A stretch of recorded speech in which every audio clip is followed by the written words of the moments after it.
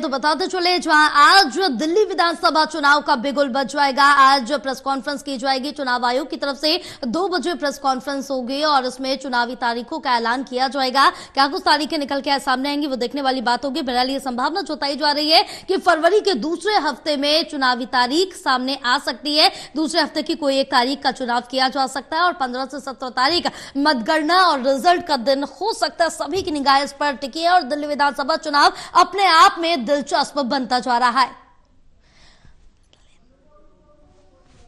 तो आज दिल्ली विधानसभा चुनाव की तारीखों का ऐलान कर दिया जाएगा।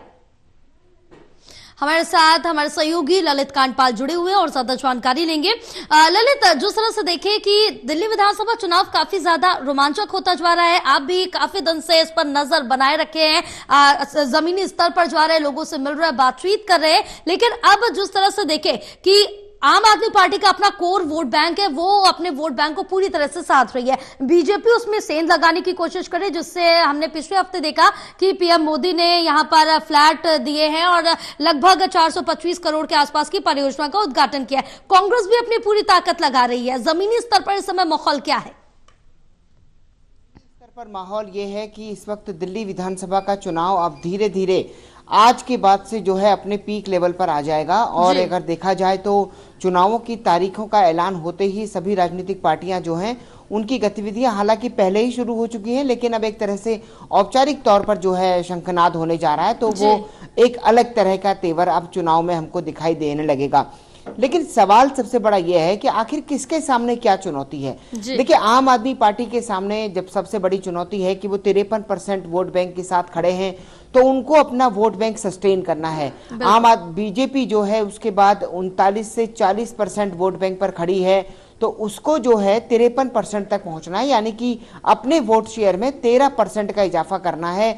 या कहें कि आम आदमी पार्टी में अपनी पॉलिसीज को जनता के सामने ऐसे पेश करना है कि आम आदमी पार्टी का वोट बैंक कम हो जाए या वो कांग्रेस में शिफ्ट हो जाए, तो ऐसे में भारतीय जनता पार्टी के सामने जीत के अवसर पैदा हो जाएंगे। वहीं दूसरी ओर कांग्रेस पार्टी की बात की जाए तो कांग्रेस पार्टी के सामने सबसे बड़ी चुनौती यह है कि उसको आज वो 4% वोट बैंक पर खड़ी है। उस 4% वोट बैंक से उसको या तो 40 से 50% के आसपास पहुंचना है। तो यानी कि सबसे बड़ी चुनौती इस चुनाव में सबसे बड़ी चुनौती कांग्रेस पार्टी के सामने है।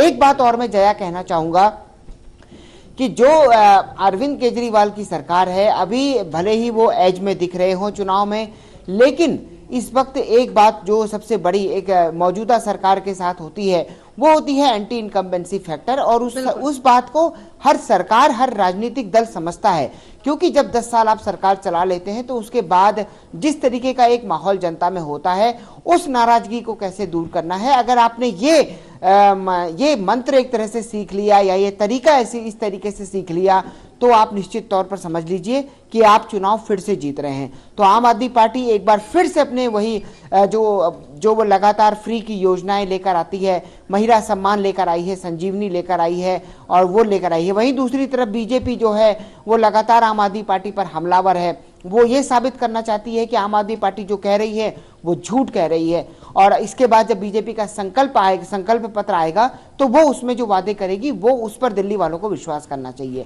तो कुल मिलाकर दिल्ली वाले किस पर विश्वास करेंगे ये तो दिल्ली वालों पर ही छोड़ देना चाहिए। लेकिन इतनी बात साफ है कि हर आदमी ये दावा कर रहा है, हर पार्टी ये दावा कर रही है कि वही इस चुनाव की सबसे बेहतर पार्टी है और उसी को वोट दीजिए। बिल्कुल, सबके दावे वादे अपने अपने होते हैं, कौन कितना पूर्ण कर पाते हैं ये तो वक्त ही बताएगा। बहरहाल तमाम जानकारी साझा करने के लिए ललित बहुत शुक्रिया आपका। हमारे साथ हमारे सहयोगी प्रणय भी जुड़े हुए हैं। प्रणय, जिस तरह से देखें कि यहाँ पर सभी पार्टी अपनी पूरी ताकत झोंक रही है, जहां कल हमने देखा कि कांग्रेस की तरफ से भी अपना एक ऐलान किया गया, उसी की तर्ज पर जैसे महिला सम्मान निधि आम आदमी पार्टी ने कहा कि 2100 रुपए देंगे, कांग्रेस की तरफ से प्यारी दीदी का ऐलान कर दिया गया 25 रुपए देंगे। अब बीजेपी अपने अन्य जो बीजेपी शासित राज्य है, अन्य राज्यों की तर्ज पर क्या दिल्ली में भी इस तरह की घोषणा कर सकती है? बिल्कुल, देखिए सभी की नजरें इस बात पर होंगी कि बीजेपी का जो संकल्प पत्र आता है उसमें क्या कुछ महत्वपूर्ण बातें की जाती हैं। जहां तक ये माना जा रहा है कि बीजेपी भी कई लोक लुभावने वादे कर सकती है, क्योंकि जया ये साफ हो चुका है कि अब कोई भी राजनीतिक दल बिना ऐसे वादे किए चुनाव नहीं जीत सकता, क्योंकि पिछले 10 साल से जो योजनाएं चल रही हैं उससे दिल्ली वासियों को एक बड़ा फायदा होने का दावा भी आम आदमी पार्टी की सरकार कर रही है। और उनका ये भी आरोप है कि अगर बीजेपी की सरकार आ जाती है तो वो उन योजनाओं को बंद कर देगी। तो ऐसे में सभी की नजरें इस पर बनी रहेंगी कि क्या बीजेपी भी ऐसी योजनाओं की घोषणा करती हुई नजर आती है। हमने देखा कि कल किस तरीके से महिलाओं को सम्मान देने की बात कांग्रेस के द्वारा भी की गई। तो ये बहुत देखना दिलचस्प होगा। और बीजेपी ये भी बात कह चुकी है कि जो योजनाएं अभी से मिल रही हैं आम जनता को, वो किसी भी हाल में बंद नहीं होंगी अगर उनकी सरकार भी आती है। तो उनकी सरकार आती है तो उसके इन योजनाओं के अलावा क्या कुछ बीजेपी के पिटारे में दिल्ली की जनता के लिए है, ये देखना भी बहुत ज्यादा अहम होगा। हाँ बिल्कुल प्रणय, क्योंकि ये देखना काफी ज्यादा दिलचस्प होगा। और यहाँ पर साफ तौर से देखिए कि जैसा कि अभी आपने भी जिक्र किया था कि इस बार कांग्रेस के पास, आम आदमी पार्टी के पास 62 विधायक हैं और 8 बीजेपी के पास। और अब देखना होगा क्या इसी पर आम आदमी पार्टी टिकी रहती है या फिर ये गिरता है, क्योंकि कांग्रेस कहीं ना कहीं आम आदमी पार्टी बीजेपी के जो वोट बैंक है उसमें इंटरफेयर कर सकती है, उसमें जो नुकसान है, जो घाटा है, वो साफ तौर से देखने को मिल सकता है। बिल्कुल, देखिए आपने ठीक कहा। अगर हम 2 बार की बात करें तो आम आदमी पार्टी को एक बड़ा मैंडेट जो मिला है और इसी मैंडेट के सहारे वो प्रचंड बहुमत के सहारे 2 बार दिल्ली में सरकार बनाने में कामयाब हुई है। तो अब ऐसे में आगे की क्या किस तरह से प्लानिंग रहती है आम आदमी पार्टी की, वो तो देखना ही होगा। लेकिन बीजेपी की पूरी कोशिश है कि वो बेहतर प्रदर्शन कर सके और यहाँ तक की सरकार बना सके। वहीं अगर कांग्रेस की बात करें तो वो अपना खाता खोलने की जद्दोजहद में जुटी हुई है।